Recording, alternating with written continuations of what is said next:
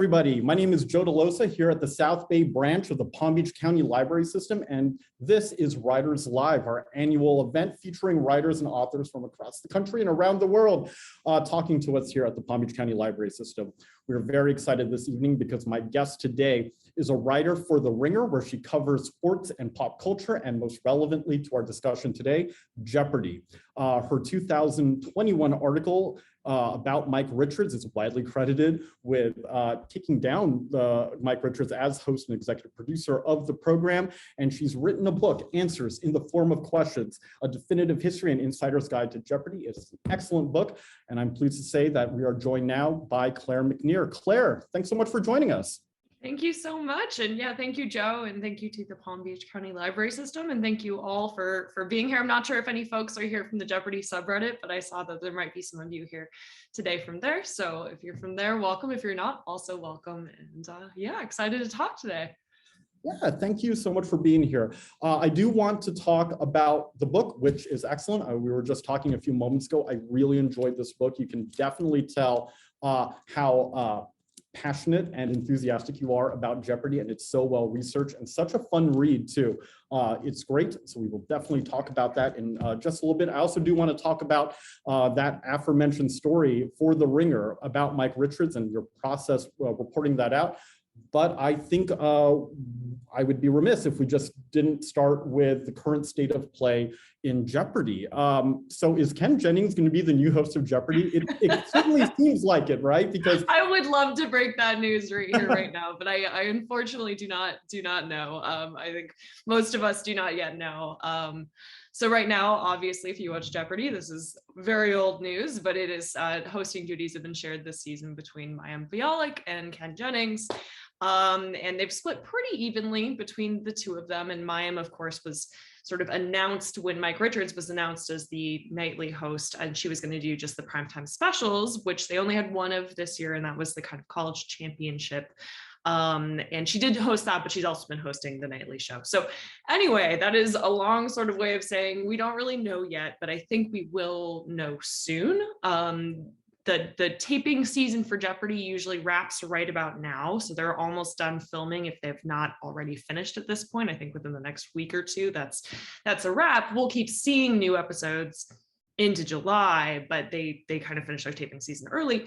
Last year, they announced the new host early August, but it had kind of started to trickle out by late July. So basically, as they were getting ready to start the new season of taping, that was when they finally kind of announced it publicly. So I'm not sure if they've been waiting for this season to finish taping, which, like I said, is right about now, or if they're going to again sort of wait for the summer when they get ready to tape the new season. But I suspect that we really don't have much more time to wait before we know, is this going to be the state of affairs forever? Is it just going to be Ken? Is it just going to be Mayim? Is it going to be somebody totally different?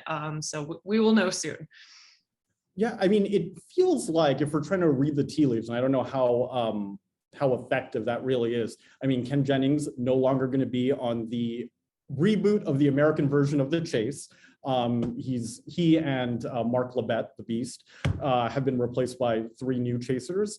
That seems to kind of portend that he's kind of lightening his outside responsibilities to maybe perhaps settle in more expansive role at Jeopardy. Is that overreading it, or does that seem like I mean, certainly you are not the first person to kind of take that possible interpretation of that. What I will say is that Ken does have a lot of other things going on that don't seem to be going away. I mean, he is still kind of one of the panelists on the game show Masterminds, if anybody watches that. He still has a podcast that's very popular. He's still writing tons and tons of books that are like consistently bestsellers. He still does trivia over at Slate. So he has a lot going on that is not his kind of part-time hosting duties. So it is possible that he was trying to make it make more sense for this to be his full-time thing. But he does still have a lot of other things going on. Understandable. Now, the other possibility, because it does kind of feel like it's going to be either Ken Jennings or Mayim Bialik as the host, unless there's going to be like a huge curveball. And it's like LeVar Burton, like, and we get to see the internet meltdown. the very yes. I think yeah, if they go for a third party, I think there's going to be a lot of drama, because I think at this point the Jeopardy fandom has pretty much aligned in, I either support Ken or I either support Mayim, and obviously people loved LeVar and loved a lot of the other guest hosts, but I think it's pretty evenly divided into these two camps now, and it would be quite a surprise for them to go in a different way. Yeah, well, I mean, I will say personally, I was kind of on team David Faber. Yeah. I mean, because I kind of think that I think hosting Jeopardy is a little bit like a handshake, in the sense that if you notice it, you're doing it wrong. Like if you notice a handshake one way or the other, like if you're too weak, too strong, that's true. Yeah. Any memory I've ever had of a handshake was not a good one. So no, yeah. they're supposed to be instantly forgettable, and and in like a good way. And I kind of feel the same way about Jeopardy. Like if I'm noticing you hosting Jeopardy, I feel like there's something wrong there.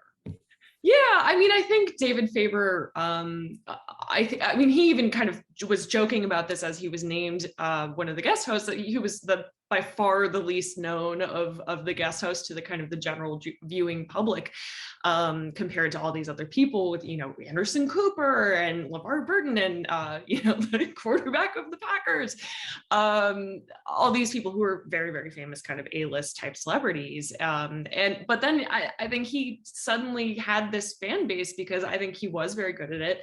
And he also endeared a lot of people because he talked a lot about how hard he had prepared to do it. Like he told these kind of charming stories of, in the weeks leading up to hosting Jeopardy, kind of gathering groups of friends, bribing them with like pizza and wine to basically play games of Jeopardy with him pretending to be host, just so he would have some reps going into the studio. So, I mean, I think he'd practiced a lot. So it makes some sense that he was good at it, but he also clearly like saw it as an important thing to do. And I think a lot of fans really liked him. Now, I want to talk a little bit about Mayim Bialik, because I mean, I feel like there's a distinct possibility that she is going to be the host of the syndicated version, since they did name her as the host of Primetime Jeopardy, and we saw that with the National College Championship that was on ABC Primetime. It's interesting how, and I feel like this is a little bit of a cop-out word, but polarizing she can be. Like, I think there are certainly people who are big fans of Mayim Bialik. They find her charming and warm, and they like her enthusiasm. And then there are a lot of folks, and I guess I should reveal my biases, who I'm not exactly a fan, who maybe not so much. And you can kind of see that by like little things becoming annoying, like people finding the term single Jeopardy like very frustrating. Right. Which it makes me wonder, like, would if Ken Jennings said single Jeopardy, would I be like, and like, or is that just me kind of revealing my biases? Yeah. Right. I mean, I think there is an interesting thing going on in the fandom right now that has really grown more intense, I would say, over the last couple of months, where I think part of what's happening is people, especially this kind of super fan demographic, who, are on the subreddit, who read the Jeopardy fan, who, look at the J archive and are really closely following these things. Obviously I count myself amongst that group and I love that group very much, but it is kind of a corner of the fandom. Those people, there seems to be a sort of fatigue, not necessarily with Mayim, but with criticism of Mayim. Like there has been some pushback against the Mayim pushback in a lot of these kind of public fandom places, like on the Jeopardy subreddit. And partly that is because some of the complaints about Mayim have taken sort of a nasty turn, from, moving on from critiquing the fact that she says single Jeopardy to some sort of uglier things that, women encounter in public spaces. So I think that I would agree with you that it does seem like a lot of the loud online voices certainly have a tendency towards Ken over Mayim, but it's sort of hard to read if that is true of the general fandom. I mean, this is a show that attracts like a little shy of 10 million viewers every single night, which is just bonkers. Like, it is one of the most watched shows on TV, period, which is absurd for a game show in the year 2022. It is so anomalous in this way.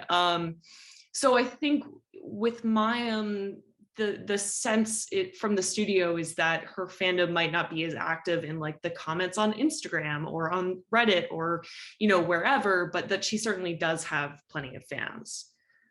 Yeah, and this ties in nicely to a passage from your book that I thought was really interesting. You wrote that on game shows, it was long traditional for the host of the program to be introduced as the star. On Jeopardy's first ever episode with Fleming in 1964, he was indeed introduced as such. And why not, given he's the one who was there week after week, season after season. Well, when Alex Trebek took over the Jeopardy reboot in 1984, he was adamant he was the host. The contestants were the stars, and Johnny Gilbert has introduced him accordingly ever since. Which I kind of like that notion that that Jeopardy's star are the contestants. And I think that's a really nice touch of humbleness from Alex Trebek, that he didn't want to be identified as the star of Jeopardy. And it's an interesting contrast because sometimes Alex Trebek kind of does, or kind of did have an affect of like endearing elitism, I guess. Yes. Pronouncing genre like in a particular way, but which made that such a sweet sentiment. And what do you think about that? Do you think that either Ken or Mayim or any host or guest host so far really captures that ethos of they're not the star, the contestants are the star? Yeah, I mean, I will make a little bit of a confession here, which is that, I mean, this was one of Trebek's go-to lines. He said this for decades. I mean, as you just read, this was from his very first episode, but this was kind of one of his go-to lines when he would talk about his role on the show. He would say, oh, I'm not the star, the contestants are the star. And he said this over and over and over. And he said it to me. And I didn't really buy it. I was just like, okay, he's very humble. It's lovely. That's very nice to see. Like, certainly, like, it is a wonderful thought. Like, the contestants are certainly a very big part of it. But Alex Trebek, of course, is the star of Jeopardy. I mean, he is the person that people tune in for. And I think I've been proven completely wrong on that in the year and a half since he passed. I mean, I think what we saw with the guest host auditions and what we've seen this season is that Jeopardy, for the most part, feels the same. I mean, the viewership, if anything, it certainly has not lost viewers, I guess is what I would say. And the game feels the same, and the contestants are still eagerly, trying to get on Jeopardy. And I mean, it feels different, but it does not feel that different. So I think he was right that the contestants are the star, and I think that he also often tried to kind of point to the game itself, which has evolved very little since 1984 when his version came on the air, and not much more than that since the Art Fleming version. And I think that it is just such a good formula. It's such a tight formula that is so near perfect that it's kind of hard for the host to get in the way of that. I mean, unless they start tweaking that, I think it's kind of hard for anyone to mess it up too terribly with the team they've got there. Yeah. You mentioned that sometimes some of the criticism of Mayim Bialik can be a little extreme sometimes. And I should admit that I guess I'm Team Ken as far as these things go. But I get that, and it actually leads me to one of the other things I've been thinking about in terms of like contemporary Jeopardy. Amy Schneider, who was a recent super champion, I believe she's now like the second. She's second, yeah, she's in second place, 40 wins, yeah. So it goes Ken Jennings with like 73 or something like that. 74, I think. Yeah. Okay, and then Amy Schneider, and then Matt Amodio, and then James Holzhauer, I believe is the sequence there, right? Mm-hmm. And so it's been really cool seeing how Amy Schneider had been embraced by a lot of Jeopardy fans. I believe certainly she was the first openly trans woman who got on such an amazing streak. On the other hand, she has talked about how she's received a lot of harassment as well. Actually, let me see if I can pull this up here. Let me back up the tweet here. Well, yeah, I guess we can go here. Slide 32. Let me see if I can pull that up. But I wonder, is that like a universal experience that that I guess Jeopardy contestants should have to steel themselves against some internet criticism or I mean, to kind of step away from Amy specifically for just a moment, though obviously we should talk about her, but I think that because it is a show with just such a massive viewership, and a viewership, like I was saying, that is overwhelmingly not kind of part of this Jeopardy community of former contestants, of, you know, aspiring contestants, of just diehard fans who really know the show and get the show and have been invested in it for a long time, because so much of the viewership isn't that, as is true with, you know, any show on TV.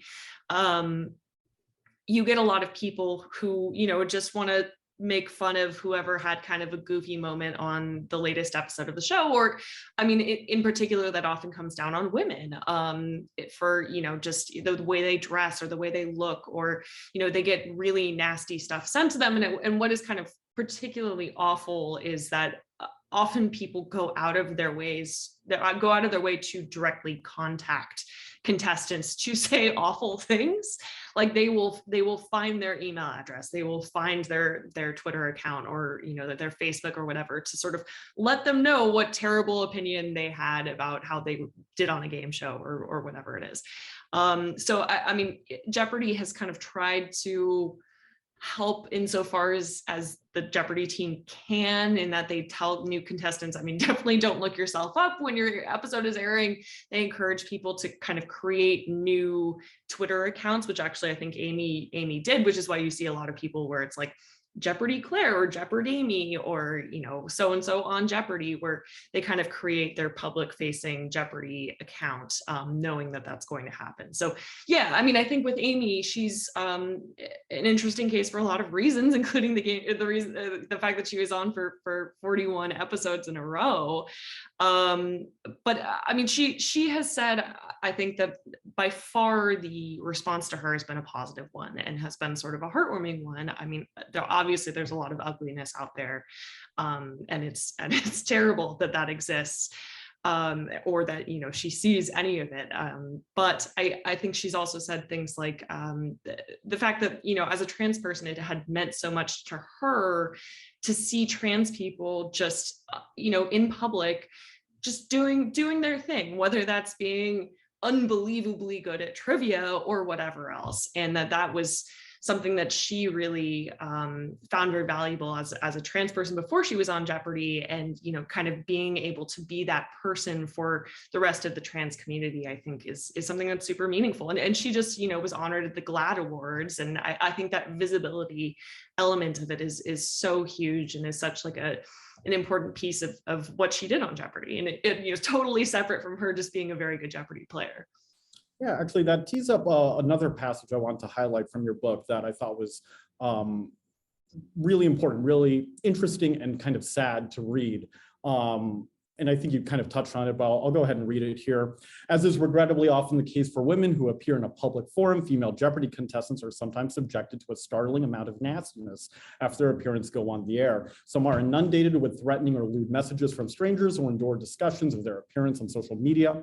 During Jeopardy's orientation, contestant coordinators caution new players not to search for their names after their episodes air, but even those who are afraid sometimes experience viewers tracking them down to share their decidedly unwelcome thoughts. Which is like bananas to me, because I feel like Jeopardy is separate and apart from a lot of what we associate with game shows and reality TV. Like, I don't know why, or I can't exactly put my finger on why, but like if a contestant went on, I don't know, well, now I feel very out of touch because I can't think of the reality show du jour, but like I was going to go with Fear Isn't Factor. it Cake, the Netflix show? Yeah. Well, I mean, like it's something that's maybe a little bit trashier, for a lack of a better word. I mean, it's like, you know, I don't really have that much pity. But when it's Jeopardy, it's such this.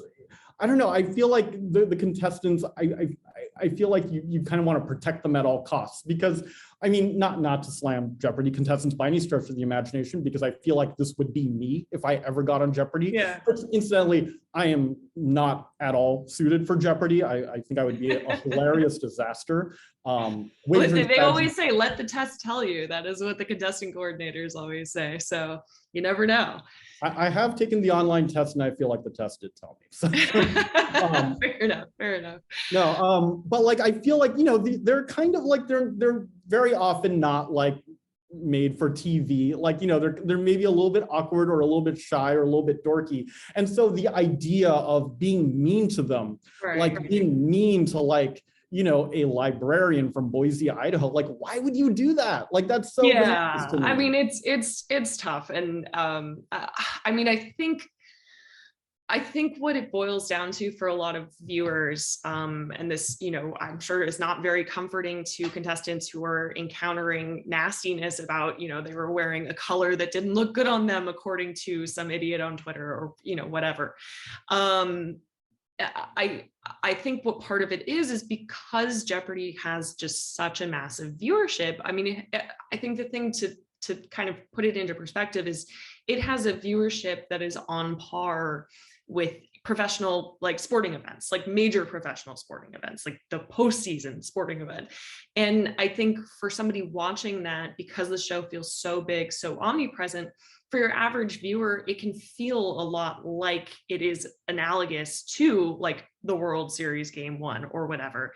And it feels like, well, yeah, I mean, you could say all kinds of nasty things about ex-professional athlete. They're never going to see it. And even if somehow they did, they're certainly not going to care. I mean, they're millionaires, they've got agents, they don't care about the random person on Twitter.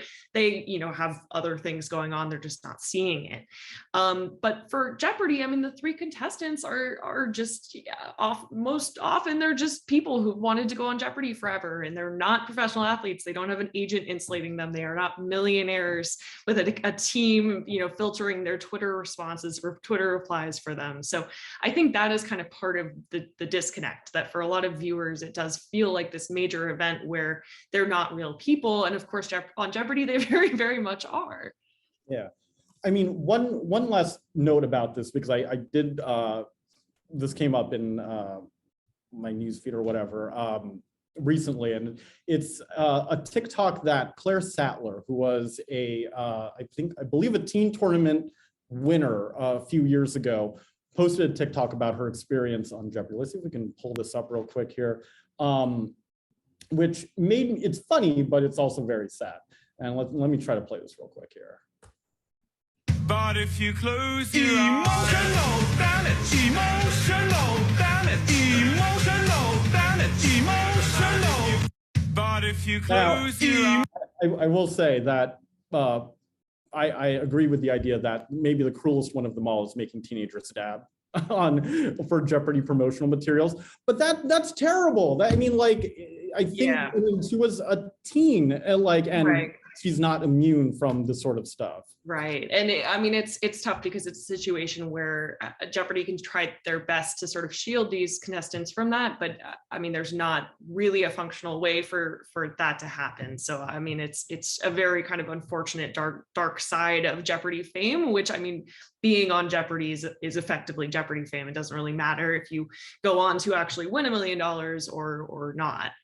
So yeah, that certainly is a dark side. But what I will say to kind of leaven that is that, as somebody who kind of stumbled into writing about Jeopardy, like, what has kept me writing about it, kept me following the Jeopardy community and the show for years now, is the fact that by and large the Jeopardy community is not that. Like, it is this overwhelmingly positive, lovely, supportive space. And I mean, of course, there are exceptions to that, but I mean, it's this very tight-knit community. Like I said, it's former contestants, it's aspiring contestants, it's just fans of the show who just really, really love the show. And it's a really big part of their lives for a lot of people. And it feels so unlike a lot of other online fandoms that, are overwhelmingly toxic. And I think for Jeopardy, when it is toxic, that is really kind of the exception and not the norm. Now, you mentioned, we'll close out this half of the interview by mentioning this, which I thought was really interesting. You mentioned that you don't plan on being a Jeopardy contestant in your book. You took the qualifying test. Yes, unfortunately. Yes. And you talk about one of the things that actually gives me the most anxiety about the notion of getting on Jeopardy, which is the anecdote. Because I will admit that if I find myself being less than the best version of me and kind of, poking fun at Jeopardy contestants, it's invariably about the anecdotes, because like Jeopardy contestants' anecdotes tend to be some kind of horrible. But then I thought to myself, what are my Jeopardy anecdotes? What is a 20-second story that is TVG rated that I can tell quickly and in an amusing way? And the answer is, I have none. Like there are none, like they either take a while to explain or they're not appropriate for daytime syndicated TV, right? Like, and you wrote something that I thought was really nice, and I want to pull this up here. You wrote, did I have any interesting personal stories, any at all? Would Trebek in some theoretical future laugh when I told him that MC Hammer blocked me on Twitter after I wrote a story he didn't like? Or would that take too long to explain? Or worse, would he have a follow-up question? Perhaps I should just play it safe and talk about how I got engaged, or maybe that I have a cat. And I will say, I feel like the MC Hammer story would have gotten a like, good for you. So, but it's so terrifying, right? Like, what if he did ask a follow-up question? It's just, I mean, like in a normal conversation, that's one thing, but there you are on the Jeopardy stage. I mean, if you're on the Jeopardy stage, you've probably dreamt of being on the Jeopardy stage for years. You've been watching Jeopardy most of your life, maybe. You've been dreaming of meeting Alex Trebek or Ken Jennings or Mayim Bialik. And, you know, suddenly you've got the bright lights on you. You've had the most stressful day that maybe you've ever had. And suddenly you're supposed to kind of do small talk while, you know, perched behind the pedestal. You know, it's just, there's so much going on and it's such a high stress environment. What I will say to that though is my husband has started joking about trying to go on Jeopardy. I don't think he's ever taken the test, so far as I know. And then he said that his anecdote when he got up there would be, well, my wife wrote a book about Jeopardy. So this is a terrifying future that hopefully will never come to pass, but I think that would be a fun and for the record, I think the MC Hammer thing would actually be one of the better Jeopardy anecdotes. But I feel like you could still add in 20 seconds. Like, you know, I feel like just, you know, I've got a cat. That's all I've got to say. You know, you can't mess that up. I mean, you've already messed it up, but it's fine. You know how it's going to go. So I have so much sympathy, so much empathy with the people who are up there and have these kind of funky anecdotes. Well, we're talking with Claire McNear. She's a writer for The Ringer and the author of Answers in the Form of Questions. We are a couple of minutes past the bottom of the hour. My name is Joe DeLosa here at the Palm Beach County Library System, the South Bay branch of the Palm Beach County Library System. Thank you for joining. I know a few people hopped in sort of midstream. Welcome, and just a quick favor, if you haven't done so already, if you could type in the chat how many people are watching from your location. So if it's just you, you can type in a number 1. If it's you and a friend watching together, type in a number 2. Throughout this conversation, you are more than welcome to type in your comments and your questions into the chat, and we'll see if we can get some of those questions answered either during our interview or towards the end in Q&A. I know that there are a lot of questions coming in right now. I promise I am not ignoring them. We will definitely get to them in the topics we have in the latter half or at the end of the Q&A. So please do keep writing that in. Claire, once again, thanks so much for being here. Appreciate it. I want to talk about your story in August of 2021, the story that took down Mike Richards and the story that made you the savior of Jeopardy. I know you kind of shrugged off that title, but it kind of does feel like that you saved Jeopardy. Tell me, well, first, I guess we should set the stage. Who is Mike Richards? Why was he perhaps not the best choice for Jeopardy host in the view of many people?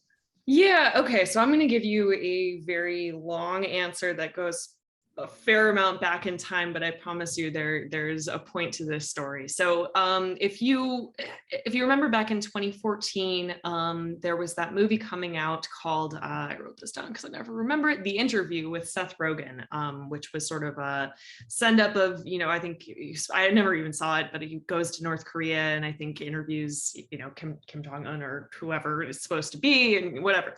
Anyway, North Korea made it clear that they did not want this movie to come out, and in some sort of attempt to stop that from happening, North Korea hacked the studio and published this trove of emails from kind of across the studio over the course of 2013 and 2014. And this is relevant to Jeopardy for 2 reasons. One is you get this kind of fascinating glimpse into the studio, considering way back in 2014 what they would do after Alex Trebek. There was an email exchange between a senior Sony executive named Steve Moscow, who will become very important in just a second, and Anderson Cooper, the CNN host, where he kind of asks like, oh, are you still potentially interested in hosting Jeopardy someday? And Anderson Cooper's like, yes, always, like, let's keep talking. So we know that they were thinking about this kind of post Alex Trebek future at some point, because Trebek had sort of talked about retirement over the course of that decade. So the second thing that happens, though, in the wake of the Sony hack is a lot of people at Sony, particularly senior leadership, lose their jobs. So to go back to Steve Moscow, he was the head of the TV division of Sony, because Sony does movies, Sony does TV, they do a whole bunch of things. But those are the two big arms in Los Angeles. So he ends up exiting the studio due to his emails, not the Anderson Cooper email, but there was a lot of kind of infighting that came out in the wake of this. So he leaves. And what's interesting about him is he was very close to Harry Friedman, who was the longtime executive producer of Jeopardy and of Wheel of Fortune, which are kind of sister shows that are filmed next door to each other and share a crew. And you could see in a lot of the emails, actually, they kind of go back and forth, and Steve Moscow knew Harry very well. Harry had been there for 25 years almost at that point, and he was very well liked, very well respected. And Steve Moscow, again, the head of Sony TV, basically lets Harry Friedman run Jeopardy and Wheel of Fortune as sort of fiefdoms. Like he has an incredible amount of autonomy within Sony, which is pretty unusual. And what is especially interesting about that is those two shows were really and are really money makers for Sony in a huge way. They bring in about $125 million a year. They're wildly profitable shows year in and year out. They just kind of keep the money coming, and they run pretty smoothly, and you just day in, day out, it just works really well. So this happens. Steve Moscow leaves. And then Harry Friedman, who was in his 70s, had been running the shows for a very long time. He decides that he's going to retire. So he announces in 2019 he's going to step down from the shows. That's right around the same time that Alex Trebek gets sick. And what ends up happening by 2020 is there's sort of a power vacuum within Sony, and particularly around Jeopardy. So Harry Friedman leaves, Steve Moscow's gone. They bring in new leadership, and it's leadership that maybe wasn't quite as interested in Jeopardy and in Wheel of Fortune. I mean, obviously we all love Jeopardy to be here tonight, but it's a game show, and if you didn't grow up with it, even as it makes all this money for Sony, it's not one of the flashier parts of what the studio does, right? It's not Breaking Bad, it's not the new Spider-Man movie. There aren't movie stars coming onto the set apart from like Celebrity Jeopardy to do this. So it is not the big flashy thing. So the new kind of executive team at Sony is not as interested, doesn't really care as much about Jeopardy. So that is the very long setup for, we are finally going to talk about Mike Richards. So Mike Richards was sort of a longstanding game show executive. He came to Sony in 2020, right around the time that Harry Friedman was going to leave. He had been the executive producer, so basically the showrunner of The Price is Right and Let's Make a Deal, two other very big game shows, and he was really well respected. Like, I talked to him, and I talked to a lot of other people in the kind of game show space around the time that he was hired, and he's like a young guy, and he'd done very well with those shows, and people liked him. That was at least what I was hearing at the time. And he, when we talked, kind of made clear that he wasn't going to mess with Jeopardy. He understood why it worked. He didn't want to make any big changes. So flash forward, it's Mike Richards' first season. This is the fall of 2020 as executive producer of these two shows, and Alex Trebek passes away that November. And so they kick off this guest host rotation, and they bring in a total of 16 guest hosts, including Mike Richards, over the course of the rest of the season. And Richards becomes effectively the spokesperson for this process and for Jeopardy as this is going on. He does a lot of interviews. We talked about it, about basically how the search for the next host of Jeopardy was being run. And he made very clear, he said over and over and over and over, that it was, you know, this very neutral, very analytical, very data focused process. And that, you know, they were doing everything they could to kind of leave emotion by the side and you know, just find the best person for the job. So around this time, let's say this is like spring 2021, I start hearing from folks I know around the show, from folks at Sony, that all is not quite as it seems. That this process of looking for the next host is not quite as neutral as it seems, that in fact Mike Richards is extremely involved, that, you know, not everybody is getting sent to a focus group, which he'd really hyped was happening, that it wasn't really, that not everybody was getting a fair shot, that maybe some people weren't actually getting a shot at all, and that he was sort of putting himself forward as a candidate. And I heard some particularly concerning things about what had happened with Ken Jennings, where Ken was the kind of inaugural guest host of this process, and then Mike Richards followed him, and he said as he began his first episode that, you know, Ken had something come up and he couldn't keep hosting, and they were supposed to have somebody else, but Mike's had to step in at the last minute and kind of save the day for Jeopardy. And I learned basically that wasn't true, that in fact Ken had like a very minor conflict, and that in fact Mike Richards had sort of, you know, jumped in and insisted on hosting the show himself. So I'm hearing all of this, and you know, we keep seeing people come through. It gets to being the summer of 2021, and he's sort of the front runner. And there start being reports that it's probably going to be Mike Richards. And what happened then was the resurfacing, and I'm sorry, again, this is going to be a long answer, but we'll get there. The resurfacing of the lawsuits from his time at The Price is Right and at Let's Make a Deal that centered basically on discrimination towards female employees in particular. And so that gains a lot of new interest, even though that had happened a few years earlier, and just sort of new digging into that. And I, of course, was reading about this, looking into this myself. And as he sort of in July became the frontrunner, the likely next host of the show, the lawsuits were getting so much attention that he put out a statement that said, you know, those lawsuits did not reflect the reality of who I am, you know, blah, blah, blah, blah, blah, like your typical statement, you know, I'm very sorry for all of this. And for me as a reporter and as somebody who covered Jeopardy and as somebody who'd been hearing these things about how the public perception was not necessarily 100% gelling with what was going on behind the scenes, I got interested and I wanted to sort of figure out who he was if that wasn't him. And I did essentially what I would do for what I have done many times for covering a public figure, which is try to find everything they've done, everything they've said.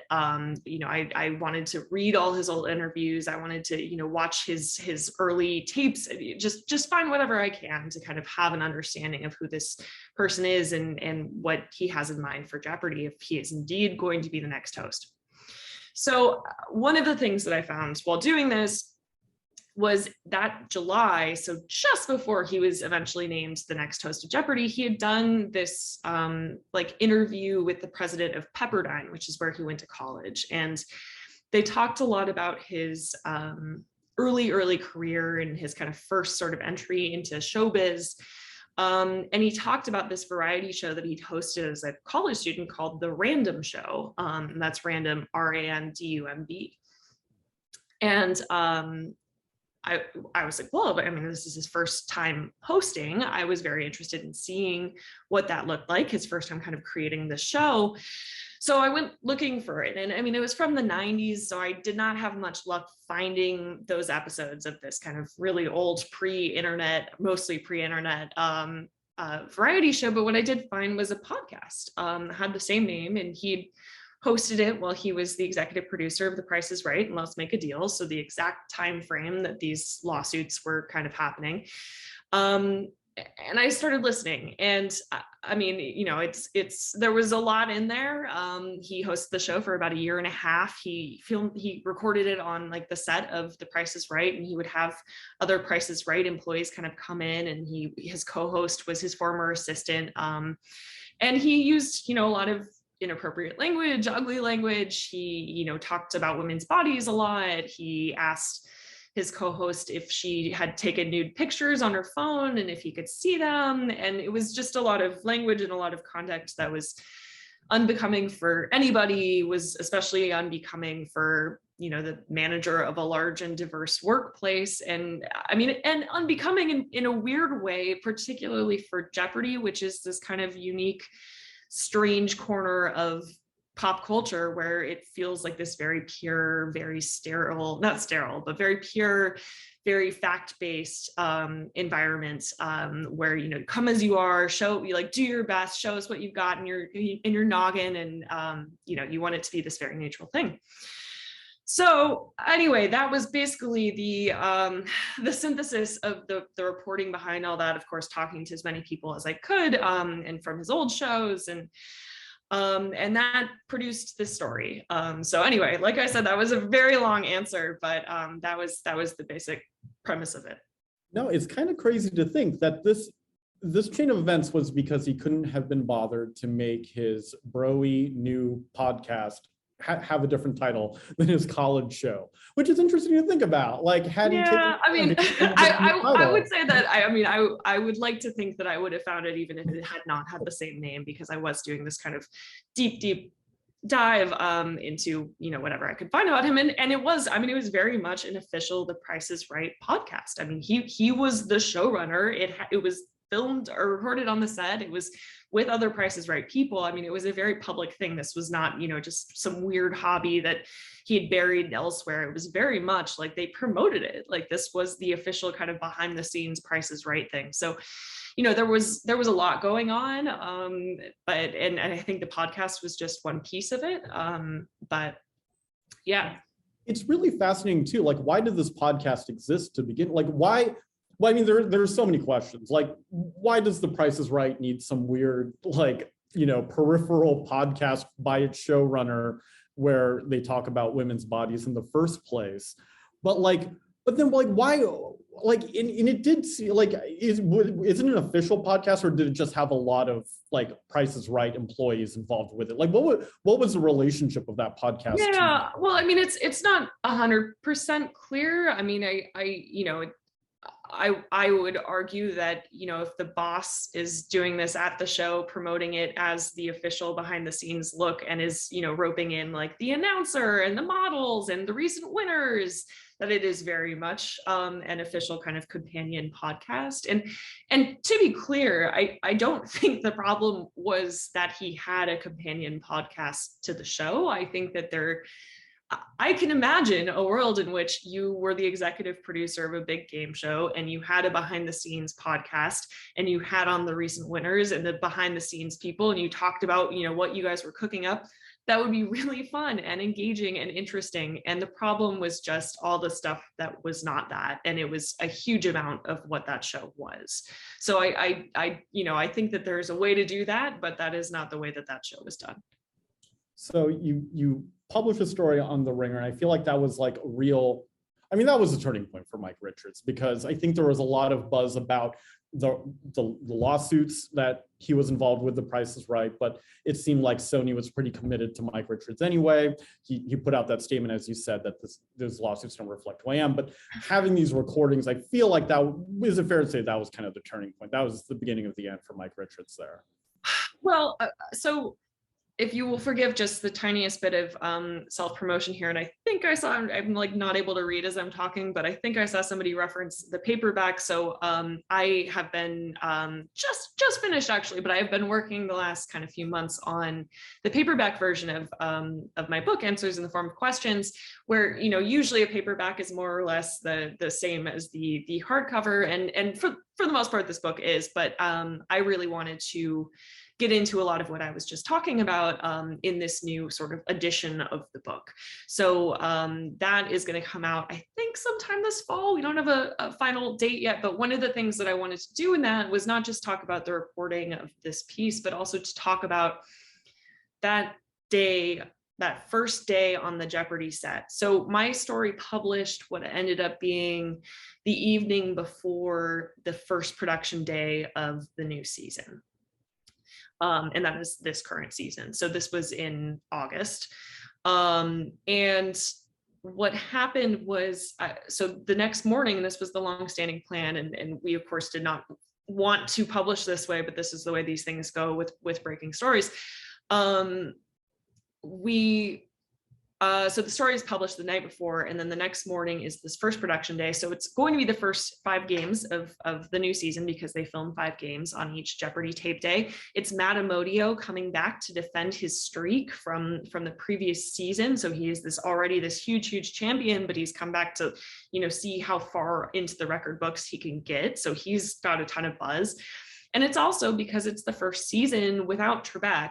They were rededicating the studio where they filmed, the soundstage where they filmed Jeopardy. They were naming it the Alex Trebek stage. And they had Trebek's family come in for this kind of ceremony. They had some champions come in. They had Ken Jennings there. They had Buzzy Cohen there. They had a lot of Sony leadership, who we talked about earlier, come in. And so it was this kind of big ceremony that they had planned as kind of the formal beginning of the new era, the changing of the guard.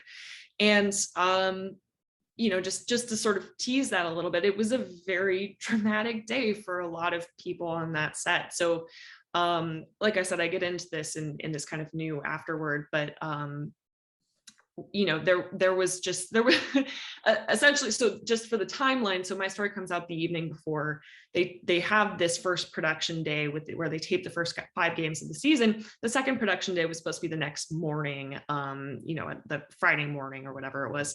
And so they had the next kind of batch of contestants show up, and Matt Amodio is still in there, had won a bunch more games, and they're told to go home.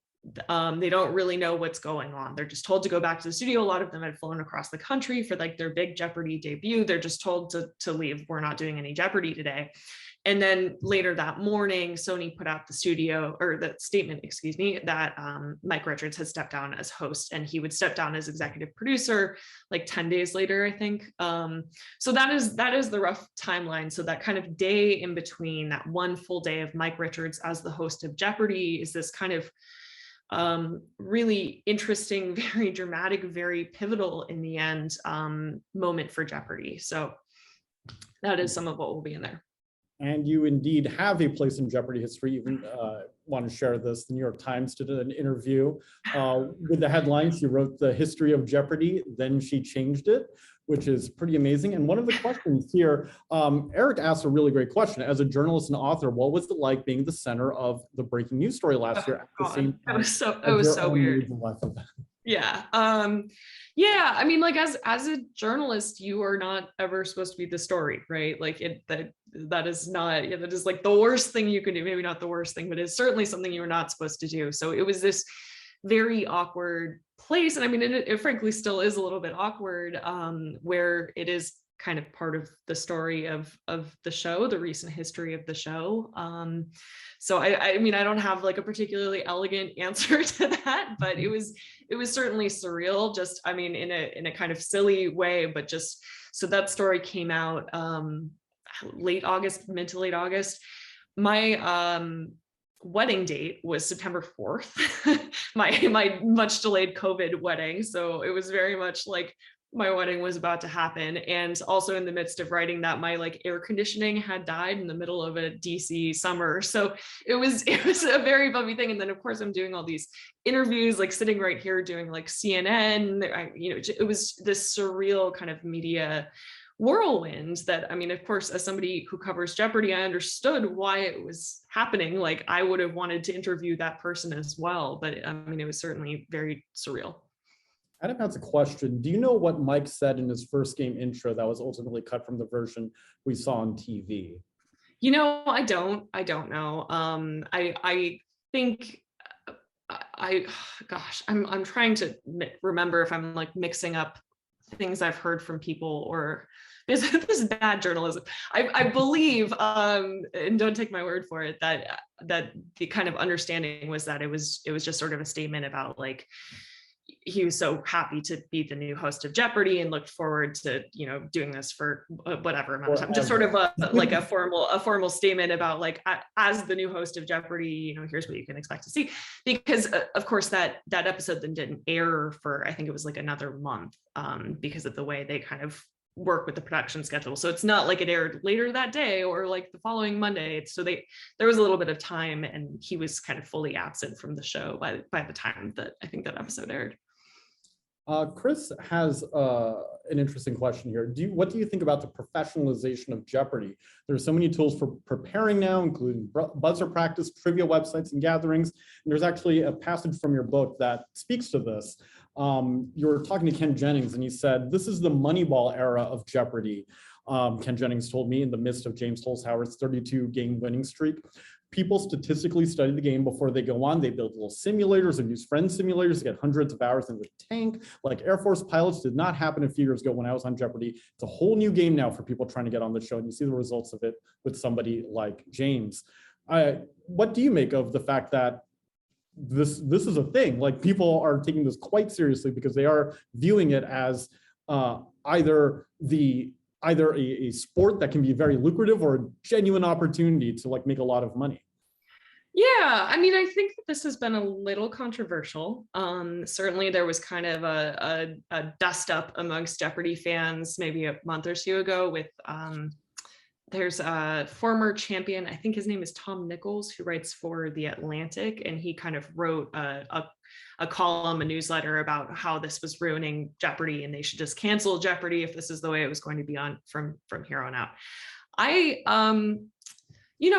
I'm inclined to say that I think I don't know if I would say it's a good thing. I do think it's an extremely interesting thing. And certainly as a reporter, it is kind of one of the things that has kept me interested in the show, because this is this really fascinating moment for, both for the show, but literally for like the game of Jeopardy. Like, how do you play the game of Jeopardy? So it is really what Ken said, where it really kind of does have a lot in common with the Moneyball era of baseball, where suddenly the A's were using all these weird, very obscure statistics, many of which they came up with themselves, to sort of professionalize, or not professionalize because it was professional baseball, but to find kind of these loopholes and these things that they could beat other teams, bigger teams, more profitable teams on. And I think we're seeing so many different aspects of that. I mean, it is the buzzer,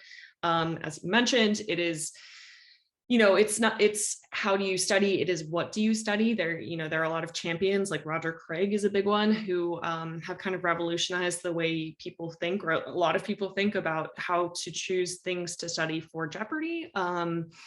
It's how you wager, how you bet, how you choose a clue. Like, are you going to just go from the top down, like in the kind of very old classic version, or are you going to look for daily doubles and kind of game out where they might be, or are you just going to kind of do the Matamodio and start at the bottom of the board and just go straight across to try to rack up as much money as possible? And I think, again, I don't want to say whether it's good or it's bad.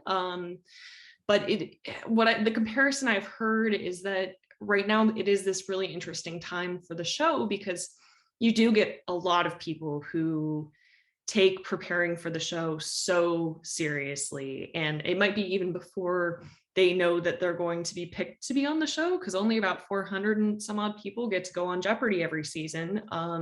So, there are a lot of people who are like preparing for when they get on Jeopardy, and they've been trying for years to do it. And prepare in these incredibly rigorous ways. They'll miss weeks of work. They'll drill themselves on just all these little nooks and crannies of it. This is, very advanced mathematics that goes way over my head. But a lot of people aren't doing that. They're kind of just, they're just Jeopardy fans. They're very good at trivia. They're very smart. They've watched Jeopardy their whole lives. They just want to go on Jeopardy, and they aren't preparing that way.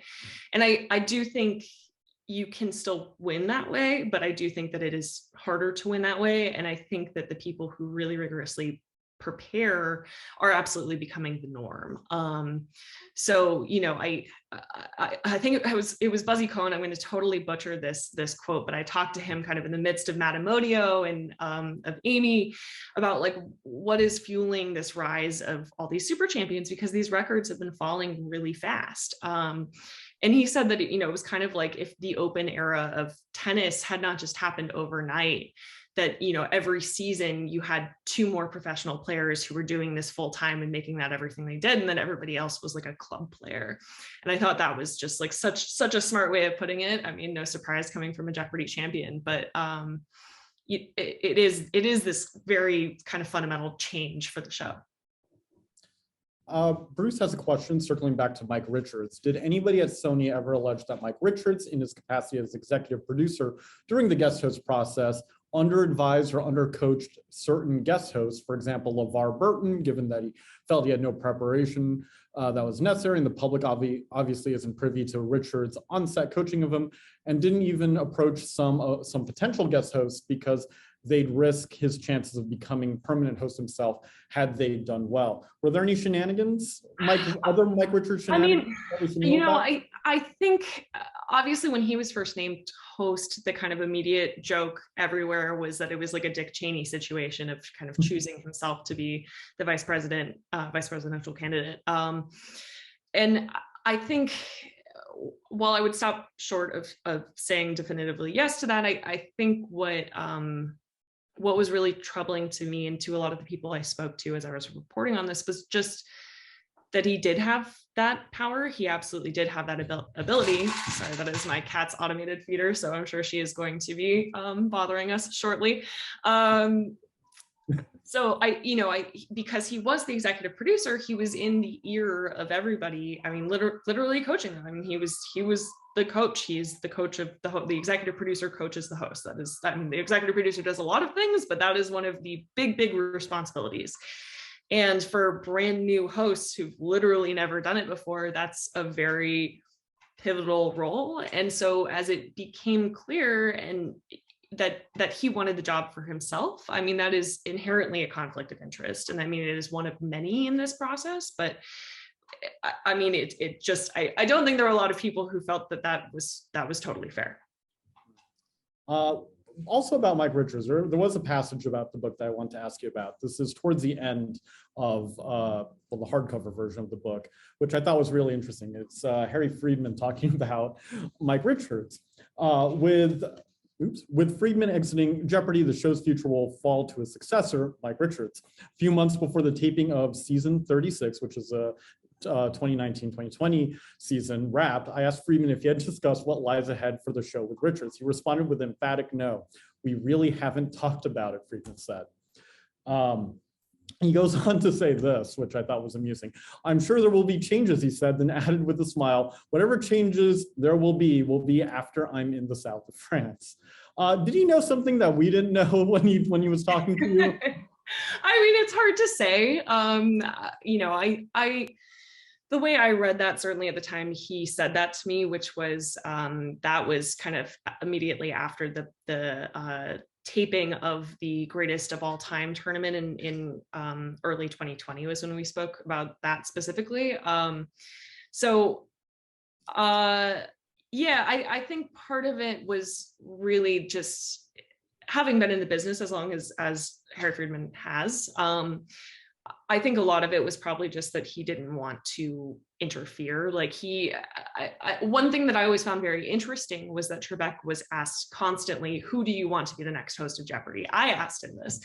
And of course, he mentioned a couple of people, Laura Coates and Ben Faust at one point, kind of as like a throwaway comment. And my interpretation of the years after that was that he actually really regretted naming people, because then he was kind of constantly asked like, oh, these are your hand-picked successors. And I don't think he had meant it that way. Like, I think he was just sort of, oh, these people are good. Like, they had the kind of skill set that would be good. So I think Trebek really didn't want to name a successor. So honestly, I think more than anything, I read that as Harry Friedman just not wanting to influence whatever happened at Jeopardy after him, because he had the opportunity to do so much with the show and make big changes. And I think he wanted the next EP and the EP after them, who is now the current EP as it happens, to really have the opportunity to make it their own. We have a couple more questions here from our audience. Are you okay with sticking around to answer? Yeah, of course. Here's the cat, by the way. Oh my goodness!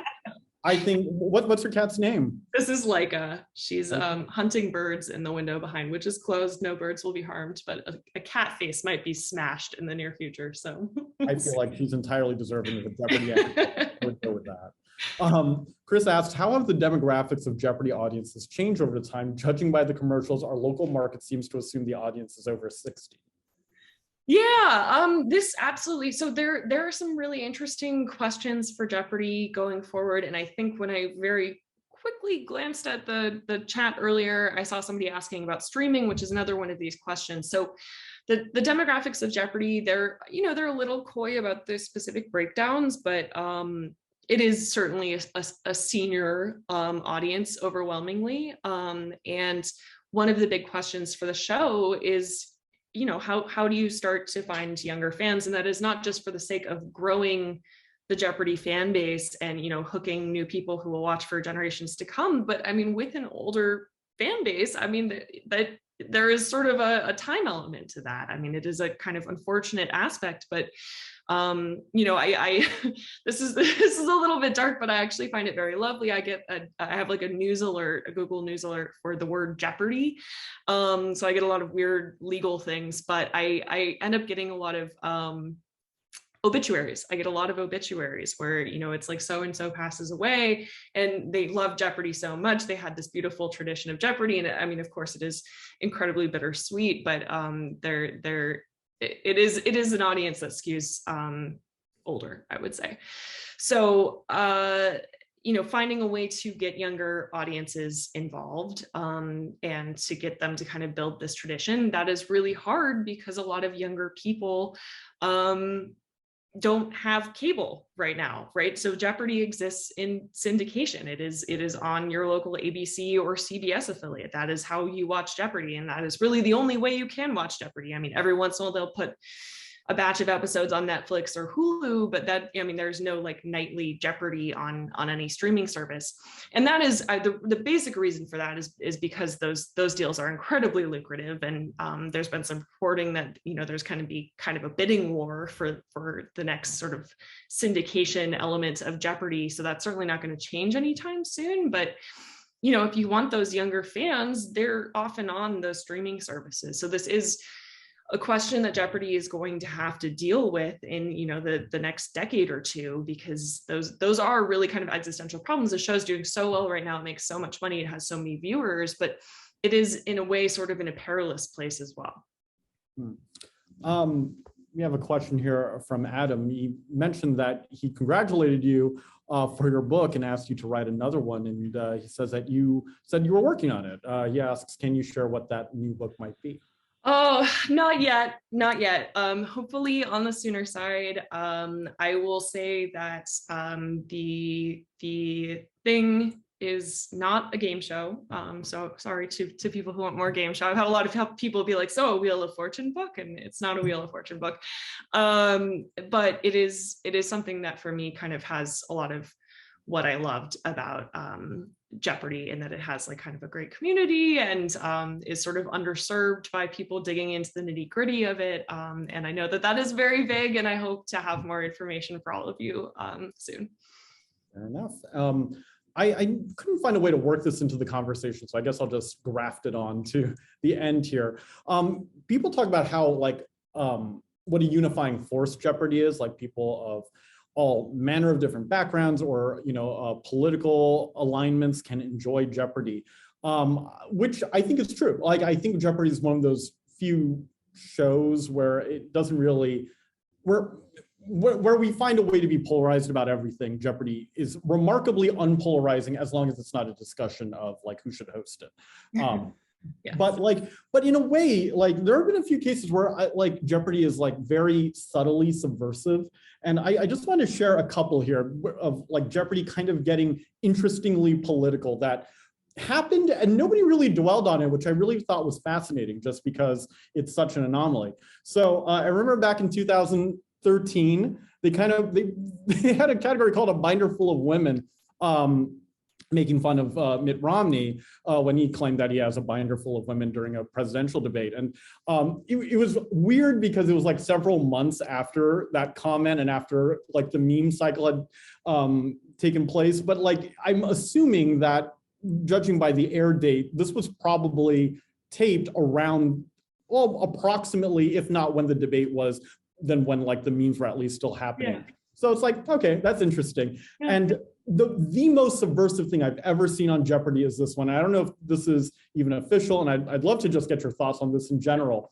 They literally said the phrase abolish ICE in Jeopardy, which is like bonkers to me. Like, Interesting. yeah. Like, this was actually during the Jeopardy All-Star tournament or All-Star games in 2019. I mean, it's phrased in a way that like gives them plausible deniability, but not really, because there's so many other ways to phrase this clue. Well, what I will say is that I think the writer's room of Jeopardy is something of a black box. So I don't think we're going to get anybody to come out and say whether that was meant or purely accidental. I do think that, I mean, with the binder full of women thing, I think that what you do see, to kind of go back to my earlier answer, is when they try to work in memes or pop culture, that is, I mean, I find it very fun. I love it as a viewer, but I think that is very much them trying to like hook a younger audience. So I don't see that so much as like a goof on Mitt Romney as just trying to be part of like the current conversation and not be this fusty old trivia show that just asks about like math and science and, you know, those very traditional things that can be written off as boring, but of course we all know are not. But yeah, so I think that they know that they have this kind of privileged, unique place in pop culture, in culture, that it is kind of this very retro almost bit of monoculture that it doesn't feel controversial, which feels rarer and rarer, and I think is rarer and rarer. And when they named Dr. Oz, for example, as one of the guest hosts, I think that was very controversial and has perhaps become more so with his campaign. But I think that they try very hard to maintain that place. And I think within Jeopardy, that was a lot of the strife around Mike Richards, was the thought of losing that. You know, once you lose that kind of seal of universal approval, like, do you get that back? And how would you? How could you in 2022? It is so like a show from another era, and it is such a special thing, for viewers, for people who go on the show, for people who work for the show. And I think that they're very protective of that. Now, I did want to talk a little bit, a lot about, but we're kind of running a long time here, about your book. Actually, let's get a full screen of it here. Answers in the Form of Questions, a definitive history and insider's guide to Jeopardy. It really is a genuinely wonderful book because you can feel the energy and the enthusiasm coming off the pages. And that, saying that out loud feels very cloying, but I genuinely mean it.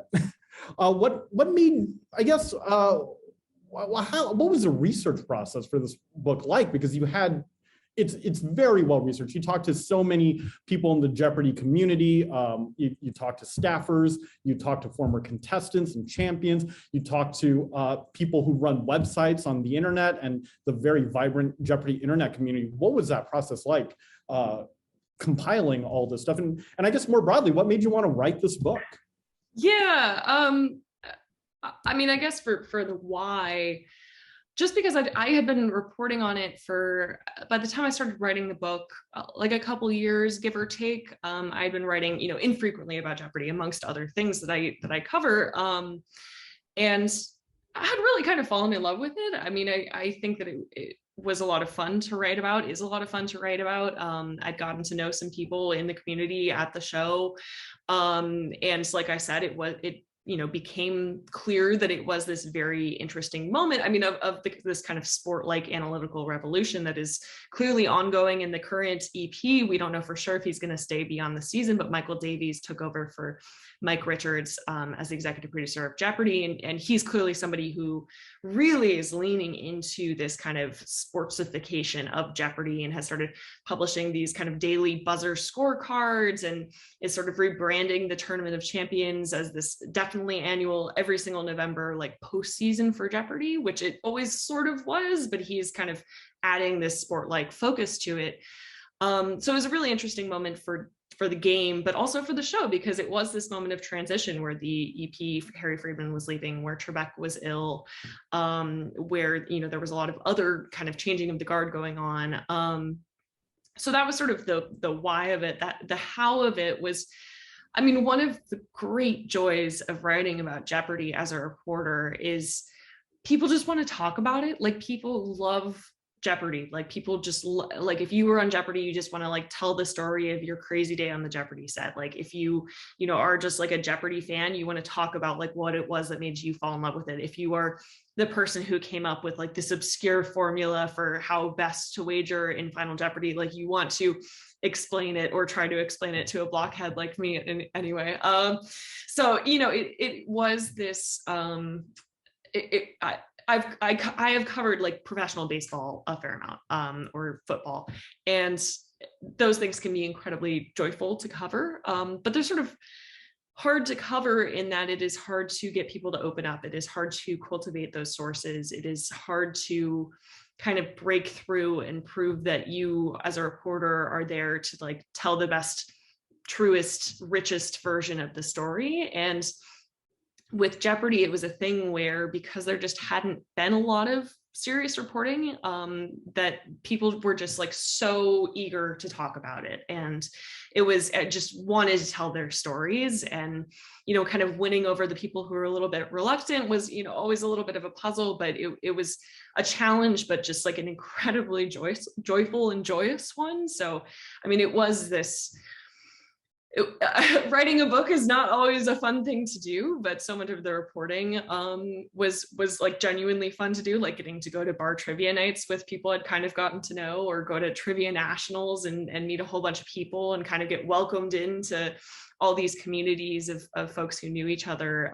What I will say though is, if you do ever write a book, I do not recommend going on book leave immediately prior to a pandemic, because you will not be in a good mental state when the pandemic begins. I like handed in the first draft of the book like as the world was shutting down, like hadn't been outside in 3 months. So recommend against that. If you know when the next pandemic is coming, not the time for book leave. So yes, I will try to plan around that with my as yet unfinished detective novel that never seen the light of day, nor should it. Claire, I really appreciate you sticking around. I know that we're over, well, actually a fair bit over our time here, so I appreciate you hanging around and answering a few more questions here. And thank you so much for making the time. This was a lot of fun. I really enjoyed talking with you. Yeah, thank you so much for having me, and thank you to everybody who joined us. The book, again, answers in the form of questions on bookshelves now. And we did have a question in the chat earlier about when the paperback is coming out with additional content. Yeah, I don't have a final release date yet, but I will put it on Twitter, put it out in the world once that date is kind of established. Awesome. And thank you all for joining us and hanging out this evening. I really appreciate you taking the time to hang out with us and ask questions and comments. Apologize, I tried to get as many questions as I could that were sent in and emailed in. I apologize if I missed any, but I really appreciate you making the time. We have a couple more Writers Live events coming up. You can find out more about those at pbclibrary.org. Once again, thanks to the Friends of the Palm Beach County Library, as well as our friends at Pyramid Books. Again, you can order Claire's book from Pyramid Books. Use promo code PBCLS to get a discount for yourself and then get some money to the Friends of the Library. And I'm compelled to say this because, it is what we say, but, if you want to join the Friends of the Library, even though I know a lot of our audience don't actually live in Palm Beach County, but I would like to point out that if you join the Friends of the Library, you will get in your mailbox a newsletter full of events that are taking place like hundreds of miles away, which I think would be kind of hilarious. So definitely join and get that in your mailbox, bbclibrary.org/friends. Again, Claire, thank you so much for making the time. This was a lot of fun, and really grateful for you sharing your time and for your insights today. Thank you so much. It was so great to be here. Awesome. And that's it. I wish I had a witty closer. And now when this video is posted, you can just hear me like wishing I was better at this.